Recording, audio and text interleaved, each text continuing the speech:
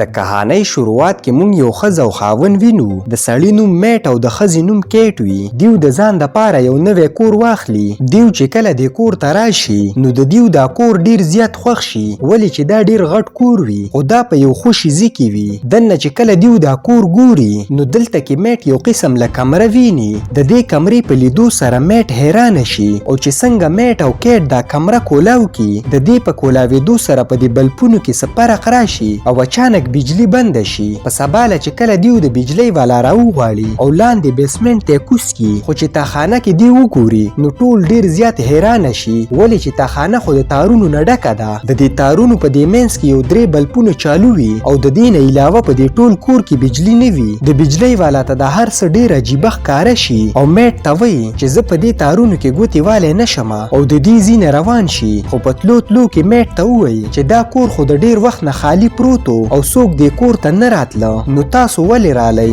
او یو خطرناکه خبره ورته وکړي چې د دې کور کم زوړ مالک و هغه سره د ښځې دلته کې مړ شوی و. د دې خبرو په اورېدو سره میټ ډیر زیات ګبراو شي، خو میټ دا خبرې د خپلې ښځې کیټ نه پټې کړي او په نت باندې د دې قصې په باره کې سرچ وکړي. نو دې ته پته ولګي چې یو هلک په دې کور کې یو ښځه او خاوند وجلي دي، خو د هغوی د مرګ وجه تر اوسه پورې چاته پته نشته او دا هلک نیولی شوی دی او په منټل هسپتال کې بند دی. میټ ته چې کله پته ولګي نو ډیر زیات خپه وي. دا په دې کمره کې ناست وي او دلته کې شراب وڅکي، خو د دې د شرابو بوتل ختم شي نو د دې په زړه کې د بل بوتل خواهش راشي، د دې سره دا بلب په پلقا شي او اچانک بند شي. خو چې څنګه بلب ولګي نو دا ګوري چې د دې مخکې د شرابو یو بوتل پروت دی. لاول خو دا ویریږي خو بیا ډیر زیات حیران شي، ولې چې کم شراب دی په زړه کې غوښتلی وو هغه بوتل دې ته مخامخ پروت دی. دغه شان دا په زړه کې هر څیز غواړي او کوم څیز چې دا غواړي نو هغه څیز د کمره کې را پیدا کیږي. په کور کې د دې ښځه دا نوټس کی چې د کور د لیټونه بار بار پلقا کوي نو دا د میټ خواله ورشي، خو چې دا کمره وګوري نو ډیره زیاته حیرانه شي. میټ ورته وایي چې دا یو قسم له د خواهشاتو کمره ده او دلته کې چې څوک هر څیز غواړي نو هغه ورته میلاویږي. میټ ورته وایي چې ته هم څه شی وغواړه، نو کیټ وایي چې ماته د ډیرې پیسې میلاو شي. په دې باندې لیټ وپړقیږي او بیا چې دیو وګوري نو د کمرې په یو ګوټ کې ډیرې زیاتې پیسې پرتې وي. د دې نه پس دیو ډیر زیات خوشحاله وي. دیو هر هغه څیز د دې کمرې نه غواړي کوم چې د دیو خواهش دی. ډیرې قیمتي کپړې او ډیر قیمتي څیزونه دیو راوغواړي. دغه شان څو ورځې دیو ډیرې په خوشحالۍ باندې تیرې کړي، خو د دیو د خواهشاتو د پوره کېدو باوجود مصیبتونه د دیو طرف ته روان وي، ولې چې د یو انسان څومره خواهشات پوره شي هغومره دې ته سکون نه وي او دنیا خو په امید خوړلی کېږي. د کیټ د 2 کالو نه بچي نه وي. د دې نه پس دیو په خپګان کې ولویږي، ولې چې د دیو بچي نه کیږي. په دې باندې دیو د یو بل سره جنگ هم وکړي. کله چې میټ د کور نه وځي نو کیټ ډیره زیاته خپه وي. دا یو فیصله وکړي او دغه کمرې ته لاړه شي او یو ماشوم تی وغواړي. دې ته ماشوم میلاو شي، خو چې کله میټ کور ته راشي او ماشوم ویني نو ډیر زیات غوسه شي او ورته وایي چې موږ له صرف څیزونه راغوښتل پکارو، انسانان نه. د ماشوم په سر باندې دیو دواړه وران شي. میټ چې کله د دې کور په باره کې ریسرچ وکړي نو دې ته پته ولګي چې کوم ښځه او خاوند دلته کې مړه وو د هغوی قاتل د دې کمرې په وجه باندې را پیدا شوی و. نو میټ منټل هسپتال ته دغه قاتل خواله لاړ شي. دې کس ته چې پته ولګي چې دیو په دغه کور کې اوسي نو دا ورته وایي چې زر تر زره د دې کور نه وځئ. کله چې میټ د دې ځای نه واپس روان شي نو د دې په ګاډي کې پیټرول ختم شي. دا یو پیټرول سټیشن کې ودرېږي او پیټرول په خپل ګاډي کې وارتئ او خپل جیب ته لاس کوز کړي نو دا وګوري چې د دې سره پیسې نشته، بلکې د دې په جیب کې صرف خاورې دي. دلته کې میټ ته پته ولګي چې په دغه کمره باندې کوم څیز راغوښتلی شوی وي او دا د دې کور نه وځي نو دغه څیز نه خاورې جوړیږي. دا په منډه باندې خپل کور ته راشي او ډیر زیات غوسه وي. دلته کې دا د خپل کور دیوار مات کی نو د دې شاته صرف تارونه وي، دې ته نور څه میلاو نشي. دا کتل غواړي چې د دې شاته وجه څه ده، خو دې ته د تارونو نه علاوه څه میلاو نشي. په سباله باندې چې کله ماشوم جاړي نو کیټ یې بار ته ویستل غواړي، خو میټ ورته وایي چې بار ته یې مه وباسه. میټ یې د ایسارېدو ډیر کوشش وکړي خو کیټ د دې خبره ونه مني او بهر وځي. څنګه چې دا بهر وځي نو ماشوم چغې شروع کړي او د دې په جسم کې بدلون راتلل شروع شي. په دې باندې کیټ ویریږي او چغې کړي نو میټ رامنډه کړي او دیو کور ته دننه کړي. دا کم ماشوم چې د دې سره ورسه و د دې جسم ډیر په تیزۍ کې غټېدو.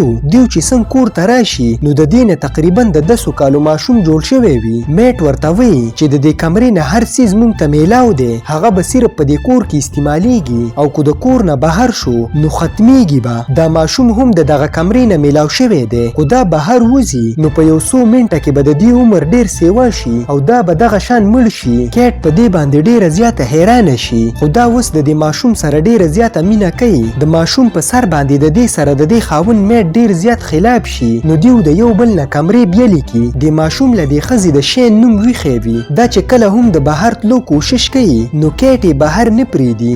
دغه شان ورځې تیریږي او په مزه مزه باندې شین ته د هر څه په باره کې پته ولګي او دې ته دا هم پته ولګي چې دا د دنیا ته د کمرې په وجه باندې راغلی دی. یوه ورځ چې کله میټ ته د جون پون راشي دا ورته وایي چې هغه ښځه او خاوند ما ځکه وجلي وو کله چې هغوی د کمرې نه یو ماشوم وغوښتو او زه پیدا شوم او بیا چې کله زه غټ شوم نو ما بهر دنیا اکسپلور کول غوښتل او ما د یو عام انسان په شان ژوند تیرول غوښتل خو زه په دې کور کې دیو بند کلی وم. د دې وجې نه مې هغه ښځه او خاوند مړه کړه او د هغوی په سزا کې زه دلته راوړی شوی یم. د دیو دا خبرې کیټ په بل پون باندې واوري نو دا ډیره زیاته خفه شي او د کور نه وځي او دا سوچ کوي چې ما نه څومره غټه غلطي وشوه. په کور کې چین د خپلې مور په باره کې تپوس کوي نو میټ ورته ډیر زیات غوسه شي او ورته وایي چې دا هر څه ستا د وجې نه وشو. ورته وایي چې ته زموږ بچی نه یې موږ ته د دغه کمرې نه غوښتی یې او که چېرته ته د دې کور نه بهر ووتې نو په یو څو منټه کې به ته غټ شي او بوډا به شي او مړ به شي. په دې باندې دا ماشوم ډیر زیات ویریږي نو د میټ پې رحم راشي او د ځان سره یې وده کړي. کله چې د شپې نه کیټ کور ته راشي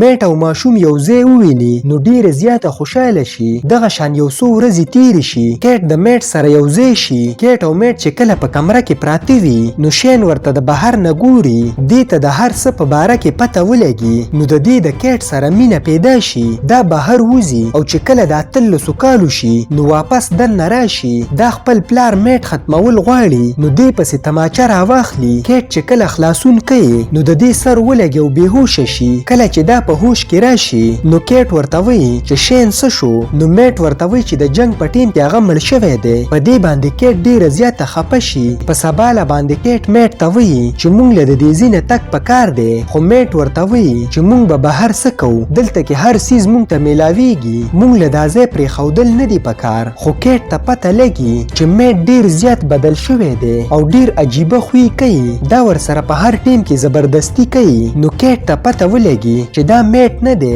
بلکې شین دی. دې میټ چرته وجلی دی او په خپله په دغه کمره کې خپل ځان د میټ په شان جوړ کلی دی. کیټ چې کله بېهوشه شوې وه نو شین راغستې وه او هغه کمرې ته یې وړې وه او د دې کمرې نه د دغه شان کور جوړ کلی و.